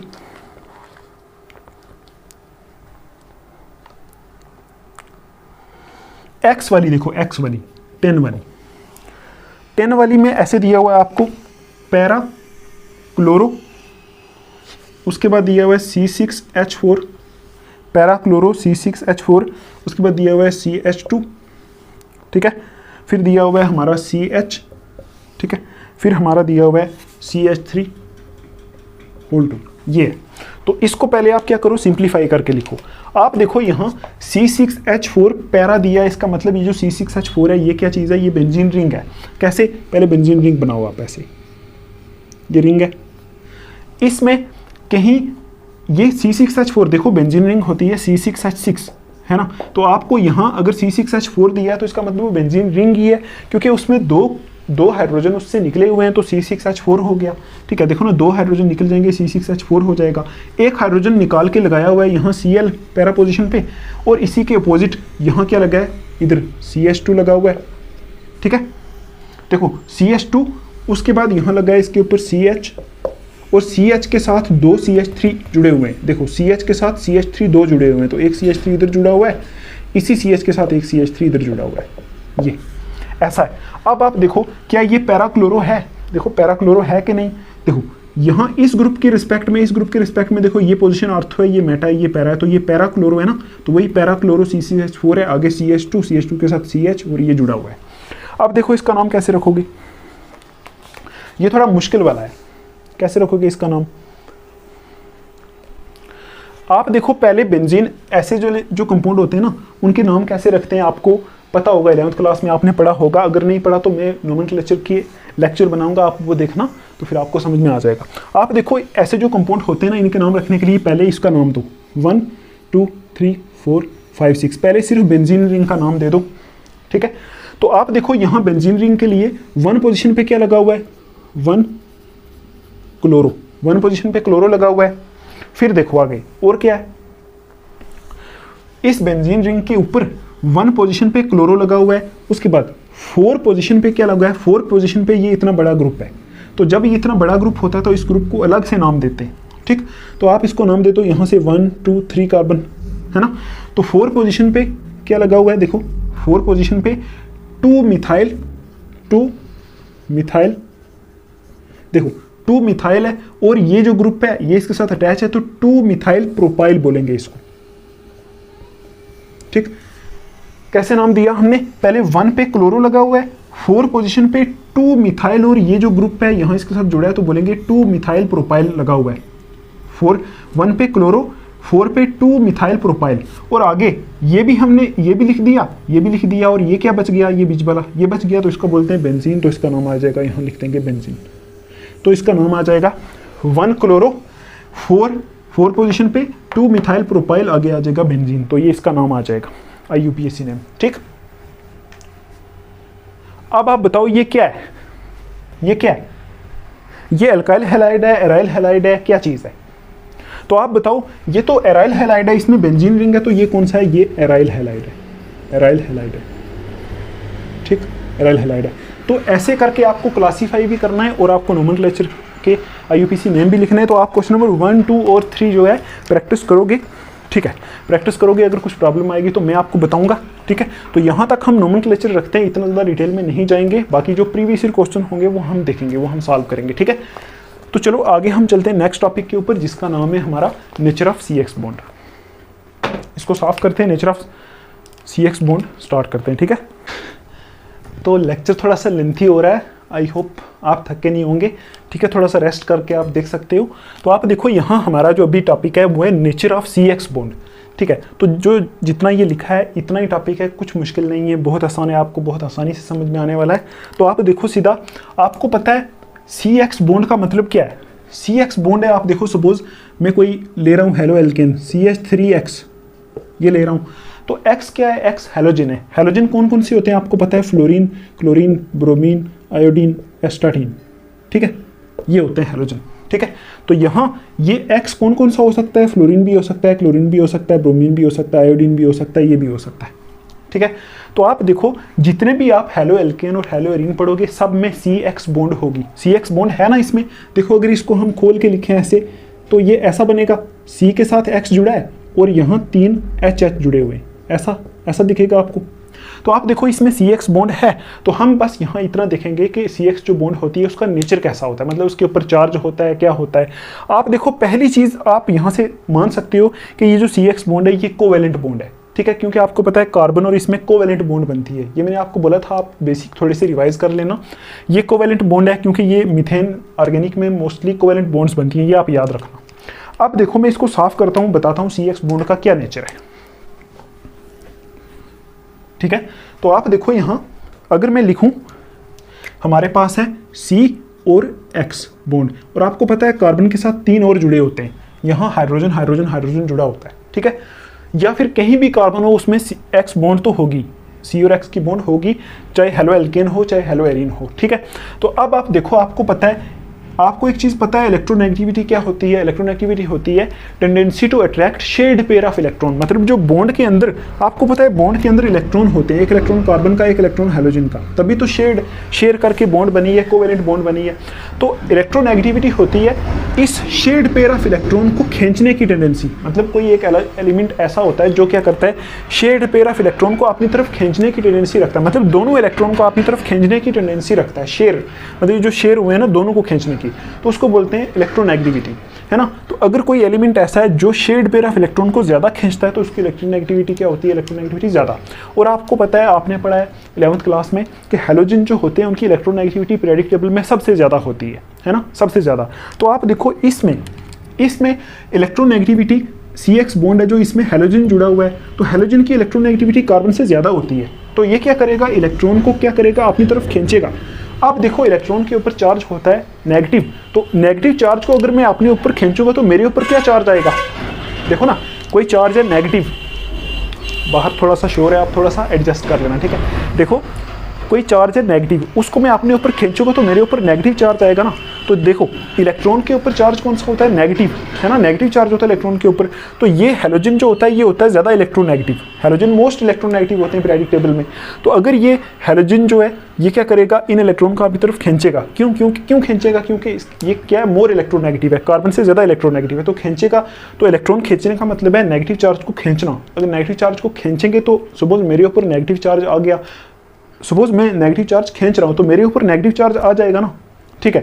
तो आप बोलोगे इसमें क्या होता है कि इसके ऊपर क्या आ जाता है, नेगेटिव चार्ज आ जाता है थोड़ा सा, क्योंकि मोस्ट या मोर इलेक्ट्रोनेगेटिव होने की वजह से ये इलेक्ट्रॉन को अपनी तरफ खींचता है, तो इसके ऊपर आता है डेल्टा माइनस। डेल्टा माइनस का मतलब होता है थोड़ा सा नेगेटिव चार्ज, क्योंकि ये थोड़े से इलेक्ट्रॉन अपनी तरफ खींचता है, ठीक। देखो चार्ज होते हैं, एक प्लस होता है एक माइनस होता है, ठीक। तो अगर यहाँ एक प्लस है एक माइनस है, चार्ज सपोज इधर प्लस है ये माइनस है, ठीक है, दोनों जुड़े हुए हैं। तो मैं क्या कर रहा हूँ, नेगेटिव को यहाँ से मैं खींच रहा हूँ तो पीछे क्या बचेगा, प्लस। नेगेटिव को खींच रहा हूँ, सपोज मैंने नेगेटिव को खींच के अपने ऊपर रख दिया तो मेरे ऊपर नेगेटिव चार्ज हो गया, तो ये क्या बचेगा, प्लस। तो वही चीज़ है कि इलेक्ट्रॉन को यहाँ से हैलोजन ने इधर खींचा अपनी तरफ, क्यों खींचा, क्योंकि ये ज़्यादा इलेक्ट्रोनेगेटिव है कार्बन से, तो यहाँ पीछे क्या बचेगा, डेल्टा प्लस। बस इतना है और कुछ नहीं।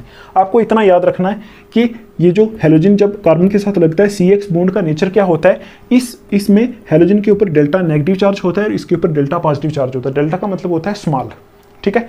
तो आप इसको ऐसे भी दिखा सकते हो, देखो इसको ऐसे भी दिखा सकते हैं, C और X है ना, तो ये दोनों इलेक्ट्रॉन जो होते हैं वो थोड़े से इस तरफ दिखा सकते हो। यहाँ कार्बन के साथ 3 बॉन्ड्स बनी हुई है, दोनों इलेक्ट्रॉन किसकी तरफ है, X की तरफ है, तो इसके ऊपर डेल्टा माइनस चार्ज, इसके ऊपर डेल्टा प्लस चार्ज। बस इतना ही है और कुछ नहीं है। वही मैंने यहाँ थ्योरी में लिखा है। तो आप देखो, अगर आप पढ़ोगे तो यहाँ लिखो, देखो due to high electronegativity difference between carbon and halogen, मतलब कार्बन और हैलोजन के बीच में हाई इलेक्ट्रोनेगेटिविटी डिफरेंस होने की वजह से the shared pair of electron lies toward halogen atom. जो शेयर्ड पेयर ऑफ इलेक्ट्रॉन है, मतलब एक बॉन्ड में जो 2 इलेक्ट्रॉन शेयर्ड होते हैं वो हैलोजन एटम की तरफ लाई करते हैं, इसमें हैलोजन एटम की तरफ लाई करते हैं। तो आपको पता है इलेक्ट्रॉन का चार्ज होता है नेगेटिव, तो नेगेटिव चार्ज हैलोजन अपने ऊपर ले रहा है तो उसके ऊपर नेगेटिव चार्ज ही आएगा ना, तो इसके ऊपर डेल्टा नेगेटिव चार्ज आ जाएगा, ठीक। दूसरा पॉइंट देखो, as a result halogen carries small negative charge, मतलब इस वजह से हैलोजन के ऊपर क्या आता है, स्मॉल नेगेटिव चार्ज आ जाता है, जिसको डेल्टा, ऐसे डेल्टा नेगेटिव से दिखाते हैं। एंड कार्बन के ऊपर क्या आ जाता है, स्मॉल पॉजिटिव चार्ज आ जाता है, जिसको डेल्टा प्लस, ये प्लस है, डेल्टा प्लस से दिखाते हैं, ठीक। उसके बाद देखो, hence CX bond is a polar covalent bond. अब देखो पोलर का मतलब होता है चार्ज, जहाँ चार्ज होता है ना उसको बोलते हैं पोलर। एक होता है नॉन पोलर, जहाँ चार्ज ना हो। तो आप देखो यहाँ इनके ऊपर थोड़ा थोड़ा चार्ज आ रहा है, तो ये बॉन्ड कौन सी है, कोवेलेंट बॉन्ड है, लेकिन कोवेलेंट बॉन्ड के ऊपर थोड़ा थोड़ा चार्ज आ रहा है, तो आप बोलोगे, हम बोलेंगे कि CX बॉन्ड जो है वो कैसी है, CX बॉन्ड का क्या नेचर है, CX bond polar covalent bond है। पोलर का मतलब है इसके ऊपर थोड़ा थोड़ा चार्ज है, और ये कैसी बॉन्ड है, कोवेलेंट बॉन्ड है, ये इसका नेचर है। ठीक, अब आप देखो सपोज यहाँ मेरे पास फ्लोरीन है, ब्रोमीन है, आयोडीन है, ये 4 हैलोजन है, तो मैं एक बार कार्बन के साथ फ्लोरीन को जोड़ रहा हूँ, एक बार कार्बन के साथ क्लोरीन को जोड़ रहा हूँ, एक बार कार्बन के साथ ब्रोमीन को जोड़ रहा हूँ, एक बार कार्बन के साथ आयोडीन को जोड़ रहा हूँ, तो क्या होगा, ठीक ऐसा होगा। देखो ये तो 3 यहाँ जुड़ेंगे, यहाँ कुछ भी जुड़ेगा, 3 जुड़ेंगे, ठीक है। तो आप देखो यहाँ तो डेल्टा नेगेटिव होगा, यहाँ डेल्टा प्लस होगा, यहाँ डेल्टा नेगेटिव होगा, डेल्टा प्लस होगा, इसी तरह यहाँ delta negative, delta plus, delta negative, delta positive, ऐसा होगा। आप देखो जब हम डाउन द ग्रुप जाते हैं पीरियोडिक टेबल में तो साइज बढ़ता है, तो आपको पता है अगर फ्लोरीन का साइज इतना होगा तो क्लोरीन का साइज इतना हो जाएगा, ब्रोमीन का साइज इतना हो जाएगा, आयोडीन का साइज उससे भी बड़ा हो जाएगा। तो आप मुझे बताओ क्या बॉन्ड लेंथ के ऊपर क्या फर्क पड़ेगा। देखो कार्बन का साइज सेम है, ये कार्बन है, कार्बन का साइज सेम है, देखो यहाँ इधर भी कार्बन, इधर भी कार्बन, इधर भी, इसका साइज यहाँ सेम है, सेम है, सेम है, इधर भी सेम है, इतना है, तो उसका साइज बढ़ रहा है, इनका साइज बढ़ रहा है। तो पहले इनके सेंटर से देखो, अगर आप इसको थोड़ा सा साथ बना लो, इसके कार्बन को थोड़ा सा इसके साथ बना लो, इसके साथ बना लो, ये कार्बन इतना है, इधर भी इतना है, इधर भी इतना है, इधर भी इतना है, सेम है, ठीक। तो बॉन्ड लेंथ यहाँ से यहाँ होती है, ये बॉन्ड होती है ना, बॉन्ड होती है दोनों के सेंटर में, दोनों के सेंटर के बीच में ऐसे लाइन दिखाते हैं बॉन्ड। आप देखो जैसा जैसा यहाँ से नीचे हमारे, मतलब पहले हमने फ्लोरीन लिया, फिर क्लोरीन, फिर ब्रोमीन, फिर आयोडीन, हमने नीचे नीचे किया, कार्बन के साथ पहले फ्लोरीन, फिर क्लोरीन, फिर ब्रोमीन, फिर आयोडीन लिया, तो क्या हो रहा है, बॉन्ड लेंथ इंक्रीज हो रही है। क्यों? क्योंकि साइज ऑफ हेलोजन बढ़ रहा है ना, हेलोजन का साइज बढ़ रहा है। यहाँ देखो बॉन्ड लेंथ इतनी थी, अब देखो यहाँ इतनी हो गई, यहाँ बड़ी हो गई, यहाँ और बॉन्ड लेंथ बड़ी हो गई। तो वही यहाँ मैंने कुछ पॉइंट लिखे थे, since the size of halogen increases as we go down the group, मतलब जैसे हम पीरियोडिक टेबल में डाउन द ग्रुप जाते हैं तो हेलोजन का साइज क्या होता है, बढ़ता है, ठीक है। F atom is smallest and I is largest. F atom जो होता है फ्लोरीन वो स्मॉलेस्ट होता है और आई बड़ा होता है, ठीक। तो इसलिए क्या होता है, hence CX bond length also increases from CF to CI। CX bond length जो होती है, CX बॉन्ड लेंथ ये है ना, CF, CCl, CBr, ये बॉन्ड लेंथ जब हम डाउन द ग्रुप जाते हैं तो ये बॉन्ड लेंथ क्या होती है, इंक्रीज होती है। वो हमने यहाँ देखा, जब हम यहाँ से नीचे आएंगे, फ्लोरीन, क्लोरीन, ब्रोमीन, आयोडीन लगाएंगे कार्बन के साथ, तो बॉन्ड लेंथ क्या होगी, आस्ता आस्ता बढ़ती जाएगी। बस इतना आपको याद रखना था, एग्जाम में इससे बाहर कुछ नहीं आने वाला आपको, इस टॉपिक में से इतना याद रखना है, कार्बन के ऊपर यहाँ प्लस चार्ज होता है, इसके ऊपर माइनस चार्ज होता है, ठीक है। तो अगर कोई न्यूक्लियोफाइल आएगा, यहाँ न्यूक्लियोफाइल होता है जिसके ऊपर माइनस चार्ज होता है, आपको पता है, मैंने बोला था आपको रिवाइज करना है। तो वो कहाँ अटैक करेगा, यहाँ आके इस कार्बन के ऊपर अटैक करेगा। क्यों? क्योंकि कार्बन के ऊपर प्लस है, इसके ऊपर माइनस है, तो माइनस कहाँ अटैक करता है, प्लस के ऊपर। तो अगर कोई इलेक्ट्रोफाइल यहाँ इसके पास आएगा, इलेक्ट्रोफाइल होता है प्लस वाला, तो वो कहाँ अटैक करेगा, इसके ऊपर, क्योंकि यहाँ माइनस है। तो बस इतना आपको याद रखना है इसमें, नेचर ऑफ CX बॉन्ड में। आई होप आपको समझ में आया होगा। तो अभी हम इसको साफ करते हैं। तो नेक्स्ट टॉपिक हमारा फिजिकल प्रॉपर्टीज़ है, वो हम कर लेते हैं थोड़ी थोड़ी, तो उसके बाद हमारा जो है वीडियो खत्म हो जाएगी। तो एक बार मैं लिख लेता हूँ फिजिकल प्रॉपर्टीज़, फिर मैं आपको समझाता हूँ। अब आप देखो, हम जल्दी जल्दी इसकी फिजिकल प्रॉपर्टीज़ खत्म कर लेते हैं, ठीक है। ये actually physical properties of haloalkane और हेलो एरीन लिखा है ना, लेकिन बुक में जो दिया हुआ है वो सिर्फ physical properties of haloalkane ही है, तो हम सिर्फ हेलो एल्केन की फिजिकल प्रॉपर्टीज़ ही देख रहे हैं यहाँ पे, ठीक है। बीच में आप टेक्स्ट बुक पढ़ोगे तो वहाँ हेलो एरीन की भी आपको दी होंगी, तो इनकी दोनों की प्रॉपर्टीज़ फिजिकल जो हैं वो एक जैसी होती हैं, ठीक है, कुछ सेम ही होती हैं। तभी बुक में आप अगर देखोगे तो कुछ सेम दी हुई हैं, ठीक है। सिर्फ बॉइलिंग पॉइंट में बुक पे थोड़ी सी, ये न्यू बुक पे पेज नंबर 169 है जो, इस पे बॉइलिंग पॉइंट पे थोड़ी सी दी हुई है कि कैसे कैसे बॉइलिंग पॉइंट जो है बढ़ता है, वो थोड़ा सा दिया है, ठीक है। तो आप देखो, पहली चीज़ है फिजिकल प्रॉपर्टीज़ क्या होती हैं। फिजिकल प्रॉपर्टीज़ आपको पता है कैसी होती हैं कि ऊपर से वो कैसा दिखता है, उसका मेल्टिंग पॉइंट कैसा है, दिखता कैसा है, स्मेल कैसी है, सोलबिलिटी कैसी है, ये सारी होती हैं फिजिकल प्रॉपर्टीज़। तो यहाँ से आपको एग्जाम में क्वेश्चन आ सकता है कि write the physical properties of haloalkanes and haloarenes, ऐसे करके क्वेश्चन आ सकता है। तो आप ये लिखोगे तो आपको पूरे मार्क्स मिलेंगे, ठीक है। तो आप देखो यहाँ मैंने थोड़ा छोटा छोटा लिखा क्योंकि पूरी एक बार मैंने लिख दी है, तो पहले आप समझ लो फिर आप लिख लेना, ठीक। तो आप देखो यहाँ पहली फिजिकल प्रॉपर्टी है फिजिकल स्टेट। फिजिकल स्टेट का मतलब है कि कैसा दिखता है ना, कैसी स्मेल है। तो यहाँ देखो लिखा है alkyl halides are colourless when pure, ठीक है, मतलब जो एल्काइल हैलाइड्स होते हैं जब प्योर होते हैं तो वो कलरलेस होते हैं, मतलब इनका कलर बताया गया है। But bromides and iodides develop colour when expose to light, मतलब जो ब्रोमाइड और आयोडाइड होते हैं, मतलब एल्काइल हैलाइड मोस्टली कलरलेस होते हैं जब प्योर होते हैं, लेकिन जो एल्काइल ब्रोमाइड और एल्काइल आयोडाइड होते हैं वो कलर डिवेलप करते हैं जब क्या होता है उनके ऊपर लाइट पड़ती है, मतलब उनके ऊपर लाइट डालते हैं तो कुछ ना कुछ कलर शो करते हैं। ठीक, ये पहली प्रॉपर्टी।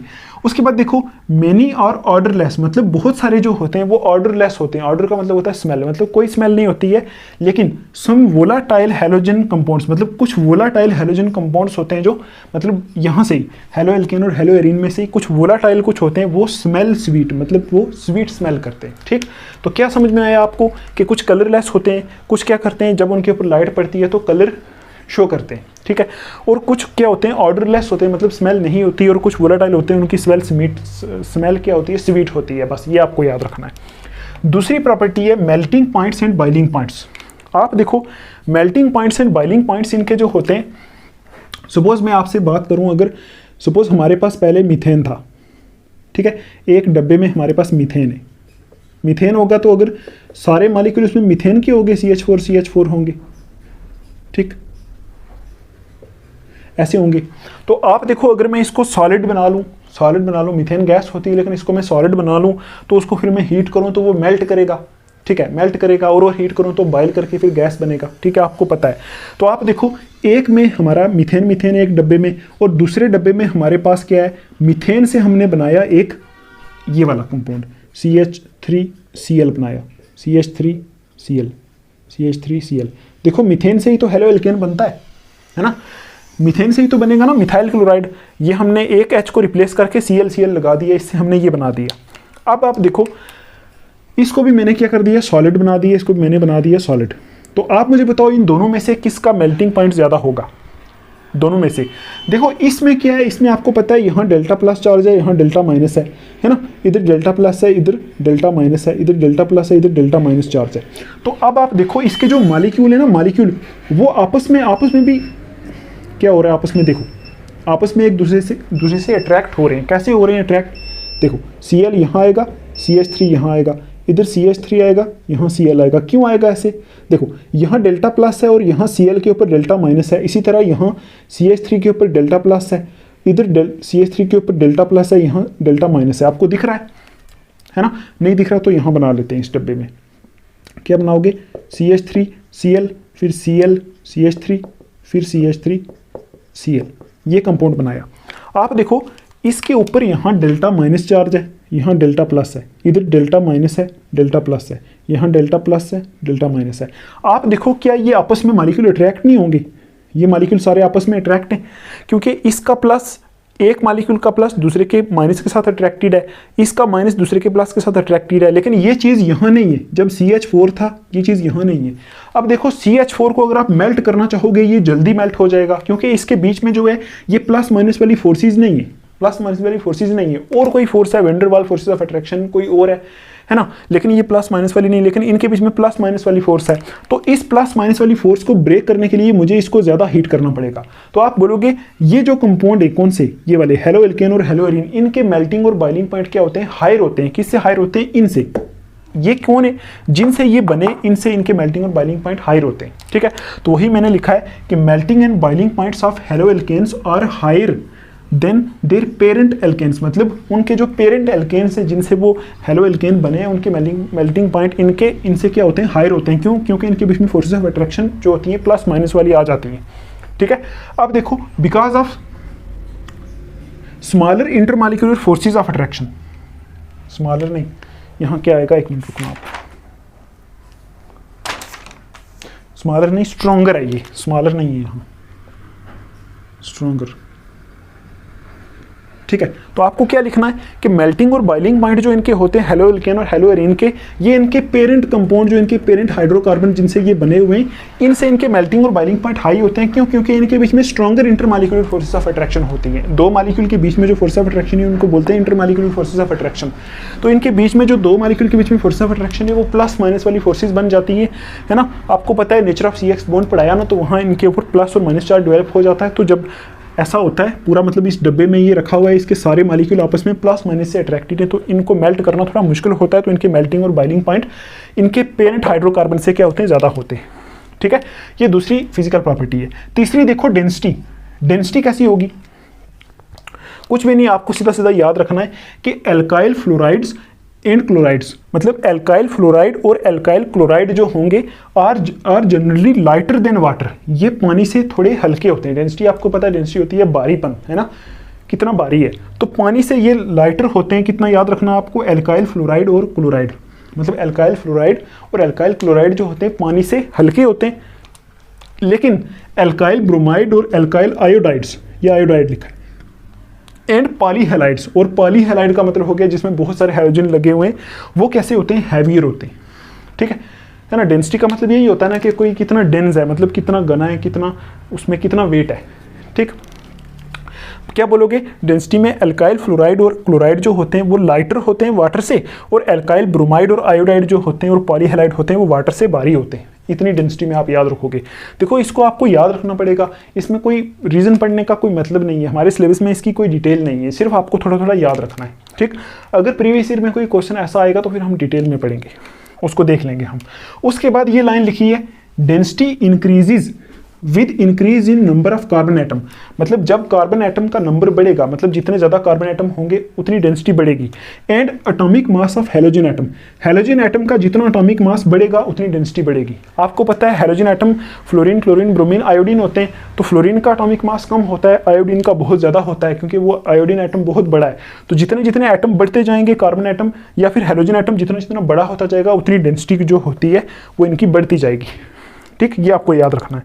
अब आप देखो तीसरी प्रॉपर्टी है डायपोल मोमेंट।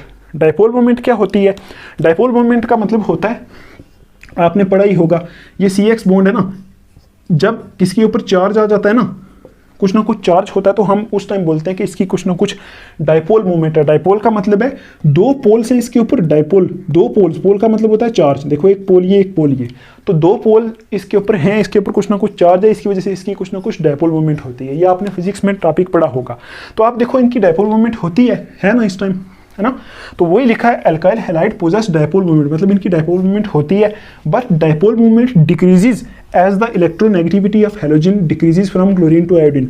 जैसे जैसे हैलोजन की इलेक्ट्रोनेगेटिविटी टॉप टू बॉटम घटती है, ऐसे ऐसे डायपोल मोमेंट इसकी कम होती जाती है। ठीक, देखो ना, जितना जितना ये हैलोजन इलेक्ट्रॉन को अपनी तरफ ज़्यादा खींचेगा, दोनों इलेक्ट्रॉन को अपनी तरफ जितना ज़्यादा खींचेगा, तो उतना क्या होगा, इसके ऊपर चार्ज ज़्यादा आएगा। तो आपको पता है जैसे जैसे नीचे जाते जाते हैं ना, फ्लोरीन, क्लोरीन, ब्रोमीन, आयोडीन नीचे नीचे जाते हैं ग्रुप में, तो उनकी इलेक्ट्रोनेगेटिविटी कम होती रहती है। तो नीचे जाते इलेक्ट्रोनेगेटिविटी कम होगी, तो उतना ज़्यादा पावर के साथ खींच नहीं पाएंगे, तो उतना ज़्यादा चार्ज डेवलप नहीं होगा, तो उतनी ज़्यादा डायपोल मूवमेंट भी नहीं होगी। तो वही लिखा है कि डाउन द ग्रुप जब नीचे जाते हैं तो उस टाइम डायपोल मूवमेंट क्या करती है, डिक्रीज होती रहती है, क्योंकि इलेक्ट्रोनेगेटिविटी जो होती है हैलोजन की वो भी क्लोरीन टू आयोडीन क्या करती है, घटती रहती है, इसलिए डायपोल मूवमेंट डिक्रीज होती रहती है। आई होप आपको ये समझ में आई होंगी चार प्रॉपर्टीज। अब देखो सॉल्युबिलिटी, आपको पता है एक चीज़ याद रखना, ऑर्गेनिक कंपाउंड ऑर्गेनिक में डिजॉल्व होता है, इनऑर्गेनिक इनऑर्गेनिक में डिजॉल्व होता है। आप देखो इसके ऊपर चार्ज तो है, ये वाटर में भी डिजॉल्व हो सकता था, लेकिन वाटर में ये बहुत कम डिजॉल्व होता है, तो यहाँ लिखा है इनसॉल्युबल इन वाटर, क्योंकि ऑर्गेनिक है ना ये, तो वाटर इनऑर्गेनिक है ना, ये कंपाउंड ऑर्गेनिक है तो ऑर्गेनिक ऑर्गेनिक में डिजॉल्व होता है। तो आप देखो इनसॉल्युबल इन वाटर मतलब पानी में ये इनसॉल्युबल होते हैं, and soluble in benzene, ether etcetera. Benzene और ईथर जो होते हैं ये ऑर्गेनिक कंपाउंड है, तो ये जो हम पढ़ रहे हैं ये भी ऑर्गेनिक ही कंपाउंड है, तो ऑर्गेनिक ऑर्गेनिक में सॉल्युबल होता है, इनऑर्गेनिक इनऑर्गेनिक में सॉल्युबल होता है। तो ये वाटर में इनसॉल्युबल होते हैं, वाटर में सॉल्युबल नहीं हो सकते, घुल नहीं सकते। सॉल्युबिलिटी का मतलब होता है घुलना, है ना, वाटर में नहीं घुल सकते, और किस में घुलते हैं, बेंजीन में, ईथर में घुलते हैं, और बेंजीन ईथर क्या होते हैं, ये भी ऑर्गेनिक कंपाउंड ही होते हैं। ठीक, ये इसकी सॉल्युबिलिटी है। उसके बाद है इनफ्लेमेबिलिटी। इनफ्लेमेबिलिटी का मतलब होता है जलने की कैपेसिटी, मतलब इसका जो फ्लेम होता है उसकी कैपेसिटी। आपने सुना होगा लोग बहुत सारे एक्सपेरिमेंट भी करते हैं, हाइड्रोकार्बन को उठाते हैं, हाथ के ऊपर लगाते हैं थोड़ा सा, फिर उसके ऊपर आग लगाते हैं, तो हाइड्रोकार्बन जलते हैं, हाथ को आग लग जाती है। जब हाइड्रोकार्बन जलते हैं आग बुझ जाती है, तो इसका मतलब जो जो हाइड्रोकार्बन हमारे होते हैं वो हमारे बहुत फ्लेमेबल होते हैं, मतलब उनको अगर हम हाथ के ऊपर भी लगाएंगे, कहीं लगा के आग लगाएंगे तो वहाँ जलेगा पूरा, बहुत जलते हैं। अब देखते हैं इनकी फ्लेमेबिलिटी कैसी होती है। तो यहाँ लिखा है less flammable than the corresponding hydrocarbon, मतलब जिस हाइड्रोकार्बन से ये जो है ये बनते हैं उससे ये लेस फ्लेमेबल होते हैं, मतलब होते तो फ्लेमेबल है, मतलब इनको भी आग लग सकती है लेकिन उससे थोड़ा सा कम फ्लेमेबल होते हैं। ठीक, तो ये हमारी कौन सी थी फिजिकल प्रॉपर्टीज। पहली हमने देखी एल्काइल हैलाइड कैसे होते हैं, कलरलेस होते हैं, कुछ कुछ के ऊपर अगर लाइट डालो तो कलर वाले भी दिख जाते हैं, कुछ कुछ जो होते हैं ऑर्डरलेस होते हैं, कुछ कुछ की स्वीट स्मेल होती है। मेल्टिंग बॉइलिंग पॉइंट इनका पेरेंट, इनका जो पेरेंट है ना, पेरेंट का मतलब जहाँ से ये बना है उससे ज़्यादा होता है, क्योंकि इसमें फोर्सेस ऑफ अट्रैक्शन आ जाती हैं प्लस माइनस वाली, मतलब डाइपोल डाइपोल इंटरेक्शंस कुछ आ जाती हैं। आपको इतनी डिटेल नहीं याद रखनी है, बस थोड़ा थोड़ा लिखना है। उसके बाद डेंसिटी इनकी क्या होती है, पानी से लाइटर होते हैं, कुछ एल्काइल फ्लोराइड और क्लोराइड पानी से लाइटर होते हैं, मतलब पानी के ऊपर तैरते हैं, पानी से हल्के होते हैं, और कुछ होते हैं जो पानी से बारे होते हैं। और डेंसिटी जो होती है जैसे जैसे कार्बन एटम बढ़ते हैं और हाइड्रोजन का एटॉमिक मास बढ़ता है तो डेंसिटी क्या करती है, बढ़ती जाती है। उसके बाद डाइपोल मूवमेंट इनकी होती है, डाइपोल मूवमेंट होती है क्यों, क्योंकि चार्ज है।